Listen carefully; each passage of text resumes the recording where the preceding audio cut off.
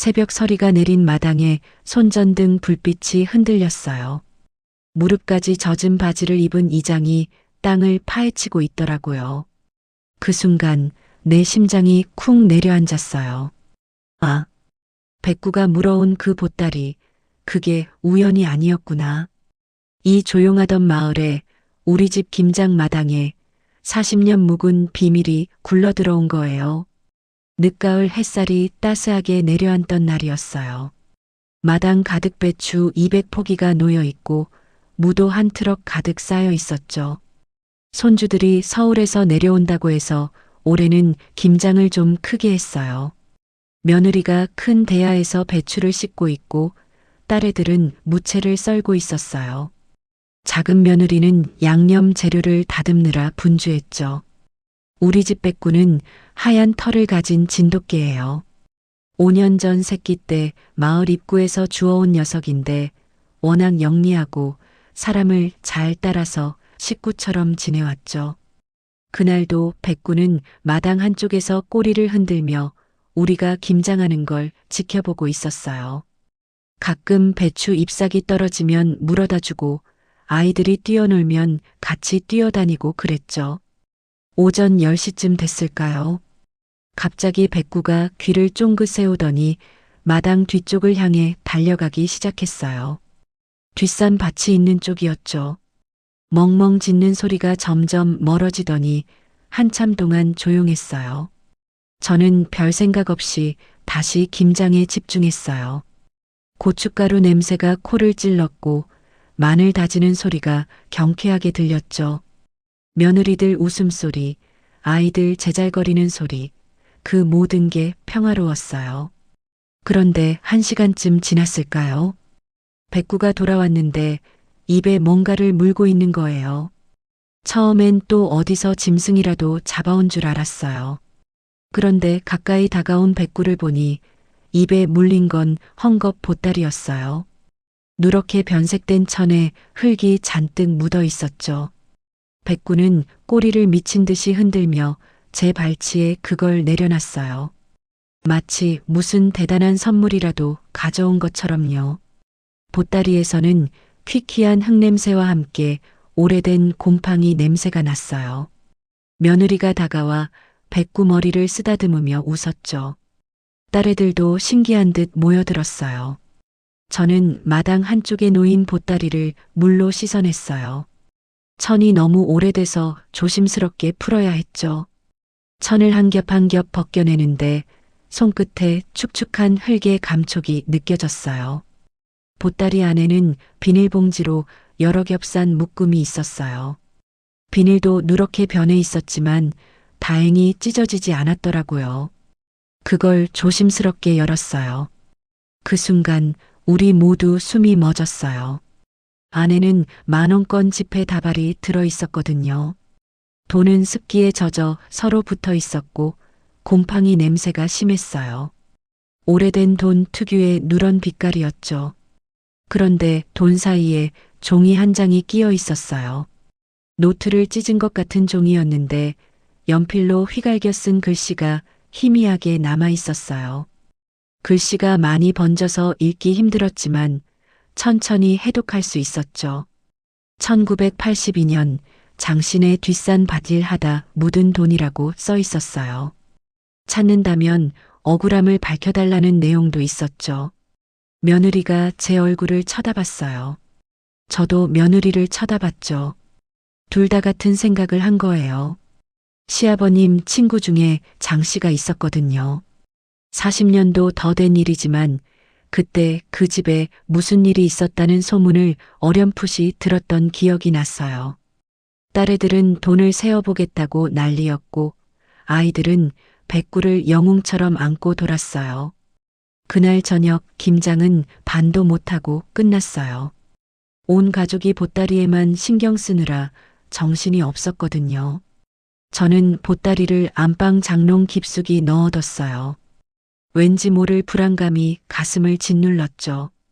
백구는 마당에서 평소처럼 누워 있었지만 가끔 뒷산 쪽을 쳐다보는 것 같았어요. 다음 날 아침 저는 면사무소에 전화를 걸었어요. 오래된 돈을 주었는데 어떻게 해야 하냐고 물어봤죠. 담당 공무원은 경찰서에 신고하라고 했어요. 며느리와 함께 파출소를 찾아갔어요. 젊은 경찰관이 보따리를 보더니 눈이 휘둥그레졌죠. 쪽지를 읽어보고는 잠깐만 기다리라며 어디론가 전화를 걸었어요. 1시간쯤 지났을까요? 형사복을 입은 사람이 파출소로 들어왔어요. 나이가 50 중반쯤 돼 보이는 남자였죠. 이름표를 보니 김 형사라고 써 있었어요. 형사는 보따리를 조심스럽게 살폈어요. 돈을 한 장 한 장 넘겨보고 쪽지를 확대경으로 들여다봤죠. 그러더니 고개를 끄덕이며 뭔가 중얼거렸어요. 형사가 물었어요. 이 보따리를 정확히 어디서 발견했냐고요. 저는 백구가 물고 왔다고 설명했어요. 뒷산밭 어딘가에서 파낸 것 같다고 했죠. 형사는 백구를 직접 보고 싶다고 했어요. 집으로 돌아와 백구를 불렀어요. 백구는 형사를 경계하며 낮게 으르렁거렸지만 제가 달래자 조용해졌죠. 형사는 백구를 쓰다듬으며 어디서 이걸 찾았냐고 물었어요. 물론 백구는 대답할 수 없었죠. 하지만 형사는 백구의 발을 살폈어요. 발바닥에 붉은 흙이 묻어 있었거든요. 이 근처에서 붉은 흙이 있는 곳은 뒷산밭 몇 군데뿐이라고 했어요. 형사는 내일 다시 오겠다며 돌아갔어요. 그날 밤 잠이 잘 안 왔어요. 1982년이면 벌써 43년 전 일이에요. 그때 저는 26이었죠. 시집 온 지 3년째였고 큰아들을 뱃속에 가지고 있을 때였어요. 그해 가을 마을에 무슨 일이 있었는지 어렴풋이 떠올랐어요. 누군가 갑자기 사라졌다는 소문이 돌았던 것 같았어요. 다음 날 아침 형사가 다시 찾아왔어요. 이번엔 젊은 형사 한 명을 더 데려왔죠. 둘은 백구를 데리고 뒷산으로 향했어요. 저도 며느리와 함께 따라갔죠. 백구는 주저없이 뒷산길을 올라갔어요. 마치 길을 외우고 있는 것처럼요. 한참을 올라가니 감나무 밭이 나왔어요. 이 밭은 마을 이장 소유였어요. 이장은 10년 전에 서울에서 은퇴하고 이 마을로 돌아온 사람이었죠. 밭을 여러 군데 샀는데 이 감나무 밭도 그 중 하나였어요. 백구는 감나무 한 그루 아래로 다가가더니 땅을 긁기 시작했어요. 형사들이 주변을 살폈어요. 땅이 최근에 파헤쳐진 흔적이 역력했어요. 백구가 보따리를 파낸 자리였죠. 젊은 형사가 휴대폰으로 사진을 찍었어요. 김 형사는 무릎을 꿇고 흙을 만져봤어요. 그러더니 고개를 끄덕이며 뭔가 확신하는 표정을 지었죠. 우리는 다시 집으로 돌아왔어요. 형사들은 거실에 앉아 저에게 질문하기 시작했어요. 이 마을에 얼마나 살았냐고, 1982년 당시 기억나는 일이 있냐고 물었죠. 저는 기억을 더듬었어요. 그해 가을 장씨라는 분이 사라졌다는 얘기를 들었던 것 같았어요. 빚이 많아서 야반도주했다는 소문이었죠. 형사가 눈빛이 날카로워졌어요. 그 장씨에 대해 더 아는 게 있냐고 물었어요. 저는 고개를 저었어요. 시집 온 지 얼마 안 됐을 때라 마을 사람들을 잘 몰랐거든요. 다만 시아버님이 장 씨와 친하게 지냈다는 얘기를 들은 적이 있었어요. 둘이 자주 술을 마셨다고 했죠. 형사는 가방에서 파일을 꺼냈어요. 오래된 서류 뭉치였어요. 1982년 실종 사건 기록이라고 했어요. 장모 씨, 당시 43세. 농사를 짓던 사람이었대요. 그해 9월 농협에서 큰 돈을 빌렸는데 일주일 후 사라졌다고 했어요. 가족들은 실종 신고를 했지만 경찰은 빚 때문에 도주한 걸로 결론 내렸대요. 형사가 말을 이었어요. 그런데 최근 미제 사건을 재조사하던 중 이상한 점을 발견했대요. 장 씨가 빌린 돈이 통장에서 인출된 흔적이 없다는 거예요. 농협 기록을 보니 현금으로 받아갔는데 그 돈이 어디로 갔는지 알 수 없었대요. 만약 도주한 거라면 돈을 가지고 갔을 텐데 돈 사용 흔적이 전혀 없었던 거죠. 그 얘기를 듣는데 소름이 돋았어요. 그럼 백구가 찾아낸 보따리 속 돈이 바로 장 씨가 빌린 돈일 수도 있다는 거였어요. 그렇다면 장 씨는 도주한 게 아니라 저는 말을 잇지 못했어요. 너무 끔찍한 상상이었거든요. 형사가 또 물었어요. 혹시 이 장에 대해 아는 게 있냐고요? 저는 아는 게 별로 없었어요. 10년 전에 이사 왔고 조용히 지내는 사람이라는 것 뿐이었죠. 그런데 형사가 말했어요. 이 장의 본명을 확인해 봤더니 성이 장 씨라고요. 그리고 실종된 장모 씨의 조카라는 사실도 알아냈대요. 그 순간 모든 게 연결되는 느낌이었어요. 이 장이 삼촌 소유였던 밭을 샀다는 것, 백구가 그 밭에서 돈을 찾았다는 것, 그리고 그 돈에 장 씨의 쪽지가 들어 있었다는 것. 우연이라고 하기엔 너무 많은 것들이 맞아떨어졌어요. 형사들도 같은 생각인 것 같았어요. 표정이 심각해졌거든요. 사흘째 되는 날 형사 2명이 우리 집을 찾아왔어요. 정장을 입은 나이 지긋한 형사와 젊은 형사였죠. 나이 든 형사가 보따리를 자세히 살펴보더니 고개를 끄덕였어요. 혹시 이 돈이 어디서 발견됐는지 정확히 알 수 있냐고 물었어요. 백구가 물고 온 거라고 했더니 걔를 한번 봐도 되겠냐고 하더라고요. 백구를 마당으로 불러냈어요. 형사들은 백구를 쓰다듬으며 어디서 이걸 찾았냐는 듯 물었죠. 물론 백구는 대답할 수 없었지만 형사들은 백구를 따라 뒷산으로 향했어요. 저도 며느리와 함께 따라갔어요. 가을 햇살이 따사로웠지만 등골이 서늘한 기분이었죠. 백구는 뒷산밭으로 곧장 향했어요. 우리 집 밭을 지나 이웃집 밭을 지나 한참을 올라갔죠. 그곳은 마을 이장내에 밭이 있는 곳이었어요. 밭 한쪽 구석, 큰 감나무 아래였죠. 백구가 그곳에 멈춰서서 땅을 긁기 시작했어요. 형사들이 삽을 가져오라고 했어요. 젊은 형사가 조심스럽게 땅을 파기 시작했죠. 한 30cm쯤 팠을까요? 삽에 뭔가 걸렸어요.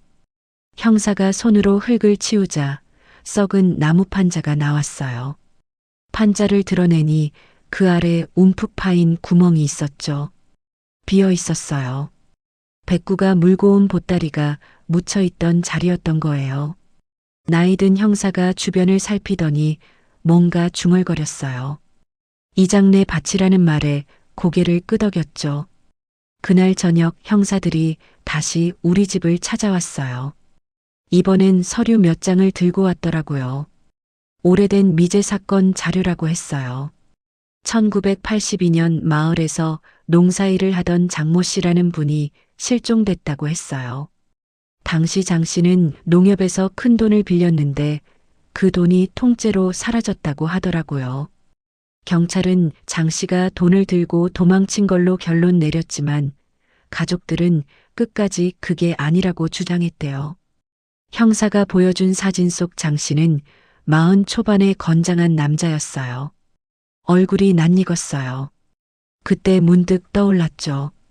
시아버님이 살아계실 때 자주 어울리던 사람이었어요. 감나무 밭에서 일하던 모습도 어렴풋이 기억났죠. 그런데 어느 날 갑자기 사라졌고 마을에선 빚 때문에 야반도주했다는 소문이 돌았어요. 그게 벌써 40년도 더 전 일이었죠. 형사가 물었어요. 혹시 이장과 장 씨가 어떤 관계였는지 아느냐고요. 저는 고개를 가로저었어요. 이장은 10년 전에 마을로 이사 온 사람이었거든요. 서울에서 사업하다가 은퇴하고 고향으로 돌아왔다고 했어요. 밭을 여러 군데 사들였는데 그 중에 감나무 밭도 있었죠. 그 밭이 원래 누구 거였는지는 몰랐어요. 젊은 형사가 서류를 뒤적이더니 말했어요. 감나무 밭은 원래 장 씨 소유였대요. 장 씨가 실종된 후 빚 때문에 경매로 넘어갔고 몇 번 주인이 바뀌다가 10년 전에 이장이 샀다고 하더라고요. 이장의 본명을 들었을 때 저는 가슴이 철렁 내려앉았어요. 장 씨와 같은 성이었거든요. 형사가 말했어요. 이장이 장 씨의 조카라고요. 그날 밤 잠이 안 왔어요. 머릿속이 복잡했죠. 40년 전 실종 사건, 감나무 밭에 묻혔던 돈, 그 밭을 산 이장, 그리고 그 돈을 찾아낸 백구. 모든 게 우연일 수가 없었어요. 며느리도 잠을 못 이루는지 옆방에서 뒤척이는 소리가 들렸어요. 백구는 마당에서 가끔 낮게 으르렁거렸죠. 마치 누군가를 경계하는 것처럼요. 다음 날 아침 파출소에서 연락이 왔어요. 이장을 찾을 수가 없다고 했어요. 어제 저녁부터 집에 없대요. 핸드폰도 꺼져 있고요. 형사들이 다시 우리 집으로 왔어요. 혹시 이장이 찾아온 적 있냐고 물었죠. 없다고 대답했어요. 하지만 왠지 모를 불안감이 점점 커졌어요. 그날 오후 백구가 또 이상하게 행동했어요. 대문 쪽을 향해 낮게 으르렁거리는 거예요. 귀를 쫑긋 세우고 온몸에 긴장이 가득했죠. 저는 창문 틈으로 밖을 살폈어요. 대문 앞 골목에 검은색 차 한 대가 서 있었어요. 차 안에 누가 앉아 있는 것 같았지만 햇빛 반사 때문에 잘 안 보였죠. 1시간쯤 지나니 그 차가 사라졌어요. 저녁 때 며느리가 시장에서 돌아오면서 이상한 얘기를 했어요. 시장에서 이장 부인을 봤는데 얼굴이 새하얗더래요. 말을 걸려고 했는데 못 본 척하고 피했대요. 뭔가 심상치 않았어요. 밤이 되자 바람이 세게 불기 시작했어요. 나무 흔들리는 소리가 으스스했죠. 백구는 마당 한가운데 앉아서 계속 뒷산 쪽을 바라보고 있었어요. 그날 밤 새벽 2시쯤이었을 거예요. 백구 짖는 소리에 잠에서 깼어요. 평소와 다른 날카롭고 경계심 가득한 짖음이었죠. 저는 잠옷 위에 가디건을 걸치고 마당으로 나갔어요. 차가운 새벽 공기가 얼굴을 때렸어요. 백구는 뒷산 쪽을 향해 미친 듯이 짖고 있었죠. 손전등을 들고 마당을 비춰봤어요. 처음엔 아무것도 안 보였어요. 그런데 뒷산 밭 쪽에서 희미한 불빛이 흔들리는 게 보였어요. 누군가 그곳에 있었던 거예요. 심장이 두근거렸죠. 경찰에 전화해야 하나 고민하는데 백구가 갑자기 달려가기 시작했어요. 저도 모르게 백구를 따라갔어요. 뒷산 밭으로 올라가는 길은 가파르고 어두웠어요. 손전등 불빛에 의지해 조심조심 걸었죠. 숨소리가 거칠어졌어요. 백구는 앞서 달려가며 계속 짖었어요. 감나무 밭이 가까워지자 그곳에서 삽질하는 소리가 들렸어요. 흙 파는 소리, 거친 숨소리, 그리고 뭔가 중얼거리는 소리까지요. 가까이 다가가자 한 남자가 무릎을 꿇고 땅을 파고 있는 게 보였어요. 손전등을 비추자 그 사람이 고개를 돌렸어요. 이장이었어요. 얼굴은 흙투성이었고 눈빛은 충혈돼 있었죠. 옷도 온통 젖어 있었어요. 이장은 저를 보더니 당황한 표로 벌떡 일어섰어요. 이장의 손에 든 삽이 떨리고 있었어요. 입술도 바들바들 떨렸죠. 한참 동안 아무 말도 못하더니 결국 고개를 떨어뜨렸어요. 그 모습을 보는 순간 모든 게 확실해졌어요. 이장이 뭔가 숨기고 있다는 걸요. 40년 전 그날 밤 이 감나무 밭에서 무슨 일이 있었던 거예요. 이장이 떨리는 목소리로 말하기 시작했어요. 1982년 가을 장 씨가 농협에서 큰 돈을 빌렸대요.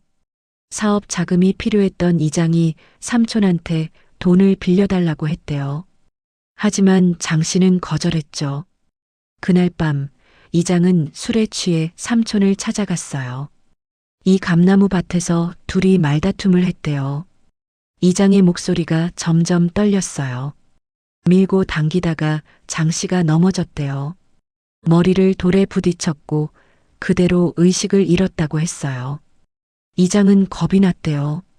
구급차를 불러야 했는데 술에 취한 데다 빛독촉에 시달리던 터라 정신이 없었대요. 그래서 도망쳤다고 했어요. 다음 날 아침 이장은 밭으로 다시 갔대요.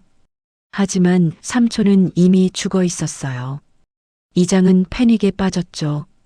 경찰에 신고하면 살인자가 될 것 같았대요. 그래서 삼촌의 시신을 밭구석에 묻었다고 했어요. 그리고 삼촌이 가지고 있던 돈도 함께 묻었대요. 나중에 찾으려고요. 이장은 마을을 떠났어요. 서울로 올라가 숨어 살았죠. 세월이 흐르고 장 씨는 실종자로 처리됐어요. 빚 때문에 야반도주했다는 소문만 돌았고요. 이장은 그 죄책감을 안고 살았대요. 사업도 잘 안 됐고 늘 악몽에 시달렸다고 했어요. 삼촌의 얼굴이 꿈에 나타나 자신을 쳐다보는 거래요. 10년 전 이장은 고향으로 돌아왔어요.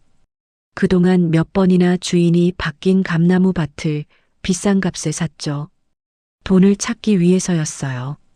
하지만 밭을 산 후에도 쉽게 파낼 수가 없었대요. 사람들 눈이 있었고 의심받을까봐 두려웠던 거예요. 그렇게 10년을 기다렸는데 백구가 먼저 찾아버린 거죠. 이장은 무릎을 꿇고 흐느꼈어요. 40년 동안 이 비밀을 안고 살았다고 매일매일이 지옥이었다고 했어요. 돈 때문에 삼촌을 죽게 만들었고 그 죄책감을 평생 짊어지고 살았다고요. 이제 더는 못 견디겠다고 자수하겠다고 말했어요. 저는 아무 말도 할 수 없었어요. 그저 멍하니 서 있을 뿐이었죠. 백구는 이장 앞에 앉아 조용히 그를 쳐다보고 있었어요. 마치 모든 걸 알고 있었다는 듯이요. 새벽 공기는 너무나 차갑고 고요했어요. 감나무 가지가 바람에 흔들리는 소리만 들렸죠. 이장이 다시 땅을 파기 시작했어요. 이번엔 돈을 찾기 위해서가 아니라 삼촌의 유골을 찾기 위해서였어요. 1시간쯤 팠을까요? 삽에 뭔가 걸렸어요. 옷감 조각이었어요. 그 아래 뼈가 있었죠. 이장은 그 뼈를 끌어안고 소리내어 울었어요. 40년 만에 재회였던 거예요. 저는 떨리는 손으로 경찰에 전화를 걸었어요. 며느리도 올라와 있었어요. 언제 따라온 건지 모르겠지만 제 옆에 서서 이장을 바라보고 있었죠. 우리는 아무 말 없이 새벽을 기다렸어요. 해가 떠오르기 시작했고 경찰 사이렌 소리가 들려왔어요. 경찰이 도착하고 이장은 조용히 연행됐어요. 항거하지 않았어요. 오히려 편안한 표정이었죠. 40년 동안 짊어진 짐을 내려놓은 것 같았어요. 감나무 밭은 경찰 통제선으로 둘러싸였고 과학수사대가 유골을 수습했어요. 장 씨는 40년 만에 가족의 품으로 돌아갈 수 있게 됐죠. 며느리가 백구를 쓰다듬으며 말했어요. 백구 덕분에 억울한 사람의 한이 풀렸다고 백구가 영웅이라고 했어요. 백구는 꼬리를 흔들며 우리를 쳐다봤어요. 평소와 다름없는 모습이었지만 왠지 눈빛이 달라 보였어요. 더 깊고 슬픈 눈빛이었달까요? 그날 밤 백구가 평소보다 밥을 많이 먹었어요. 그리고 마당을 천천히 걸어 다녔어요. 마치 작별 인사를 하는 것처럼요. 저는 백구를 안아줬어요. 따뜻한 체온이 느껴졌죠. 백구가 제 손을 핥았어요. 그날 밤 백구는 평소처럼 마당에서 잤어요. 다음 날 아침 백구가 사라졌어요. 대문은 닫혀 있었는데 백구는 어디에도 없었어요. 마당을 뒤졌고 뒷산을 헤맸지만 찾을 수 없었어요. 온 가족이 나서서 마을을 돌아다녔지만 백구는 흔적도 없이 사라졌어요. 며느리가 울먹이며 계속 백구 이름을 불렀지만 대답은 없었죠. 대문 앞에 편지 한 장이 놓여 있었어요. 봉투도 없이 접힌 종이었죠. 떨리는 손으로 펼쳤어요. 편지에는 이렇게 써 있었어요. 백구는 삼촌이 키우던 개의 새끼라고 삼촌이 돌아가시기 전에 새끼를 낳았고 그 중 한 마리가 백구라고 했어요. 미안하다고 대신 평생 돌보겠다고 했어요. 편지를 읽는데 눈물이 났어요. 백구가 돈을 찾아낸 게 우연이 아니었던 거예요. 백구의 어미가 40년 전 그 밭을 기억하고 있었고 그 기억이 백구에게 전해진 거죠. 백구는 본능적으로 주인의 비밀을 찾아낸 거예요. 그리고 진실이 밝혀지자 제 역할을 다했다고 생각한 거겠죠. 며느리가 편지를 읽고 또 울었어요. 마을 사람들도 소문을 듣고 우리 집에 찾아왔어요. 모두들 신기해했지만 동시에 슬퍼했죠. 백구가 그립다고 다시 돌아오면 좋겠다고 말했어요. 하지만 백구는 다시 나타나지 않았어요. 겨울이 지나고 봄이 왔어요. 감나무 밭에는 새 주인이 들어왔고 장 씨의 유골은 고향산에 안장됐어요. 장 씨 가족들이 찾아와 우리에게 절을 했어요. 40년 만에 아버지를 찾게 해줘서 고맙다고 백구에게도 고맙다고 했어요.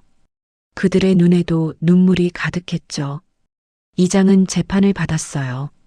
과실치사와 사체유기 혐의였죠. 하지만 40년이 지난 일이고 자수했다는 점이 참작됐어요. 집행유예를 선고받았어요. 이장은 석방된 후 마을을 떠났어요. 어디로 갔는지 아무도 몰라요. 다만 매년 장씨 기일이 되면 산소 앞에 국화꽃이 놓여 있다고 해요. 그해 가을, 김장철이 다시 돌아왔어요. 작년처럼 마당 가득 배추를 쌓았죠. 하지만 백구가 없는 마당은 너무 쓸쓸했어요. 며느리들도 일하다가 자꾸 백구를 찾았어요. 아이들은 백구가 보고 싶다며 울기도 했죠. 저도 김장을 하면서 자꾸 뒤를 돌아봤어요. 혹시 백구가 꼬리를 흔들며 달려오지 않을까 하는 기대 때문이었어요. 저녁 무렵이었어요. 해가 뒷산 너머로 넘어가고 있었죠. 주황빛 노을이 마당을 물들였어요. 그때 며느리가 제 팔을 잡았어요. 뒷산 쪽을 가리키며 저기 좀 보라고 했어요. 저는 눈을 가늘게 뜨고 뒷산을 바라봤어요. 감나무 밭 근처 노을 속에 하얀 그림자가 보였어요. 백구처럼 생긴 개였어요. 앉아서 우리 마당을 내려다보고 있는 것 같았죠. 꼬리를 천천히 흔들고 있었어요. 저는 손을 흔들었어요. 그림자도 움직이는 것 같았어요. 그러다 해가 완전히 지자 그림자도 사라졌어요. 그 후로도 매년 김장철이 되면 같은 일이 반복됐어요. 저녁 무렵 뒷산을 바라보면 하얀 게 그림자가 보였어요. 마을 사람들도 봤다고 했어요. 백구가 우리를 지켜보고 있다고 다들 그렇게 믿었죠. 어쩌면 정말 백구일지도 몰라요. 아니면 백구의 영혼일지도 모르고요. 지금도 김장을 할 때면 저는 뒷산을 바라봐요. 그리고 작은 목소리로 말하죠. 백구야, 잘 지내니? 우리는 다 잘 있어. 너 덕분에 억울한 사람의 한이 풀렸어. 고마워, 정말 고마워. 바람이 불면 백구의 대답이 들리는 것 같아요. 멍. 짧고 따뜻한 대답이요. 그 보따리 속 돈은 장씨 유족에게 돌아갔어요. 40년 된 돈이었지만 은행에서 새 돈으로 바꿔줬대요. 장씨 가족들은 그 돈으로 아버지의 묘를 정비하고 나머지는 마을에 기부했어요. 마을회관 앞에 작은 동상이 세워졌어요. 그게 동상이었죠. 백구를 닮은 진돗개 모습이었어요. 동상 아래 명판에는 이렇게 새겨져 있어요. 진실을 찾아낸 게 백구를 기리며. 마을 사람들은 그 앞을 지날 때마다 잠시 멈춰서요. 그리고 동상을 쓰다듬죠. 아이들은 백구 이야기를 들으며 자라요. 착하게 살아야 한다고, 진실은 언젠가 드러난다고 배우죠. 저는 이제 70이 다 되어가요. 세월이 참 빠르죠. 하지만 그날의 기억은 생생해요. 김장하던 날 백구가 보따리를 물고 온 그날 말이에요. 그날 이후 우리 가족의 삶도 많이 바뀌었어요. 더 조심스럽게 살게 됐고, 더 진실하게 살려고 노력하게 됐죠. 올해도 어김없이 김장철이 왔어요. 마당에 배추가 쌓였고, 온 가족이 모였어요. 손주들도 왔고, 증손주까지 왔죠. 다들 백구 이야기를 해달라고 조르더라고요. 저는 느릿느릿 이야기를 시작했어요.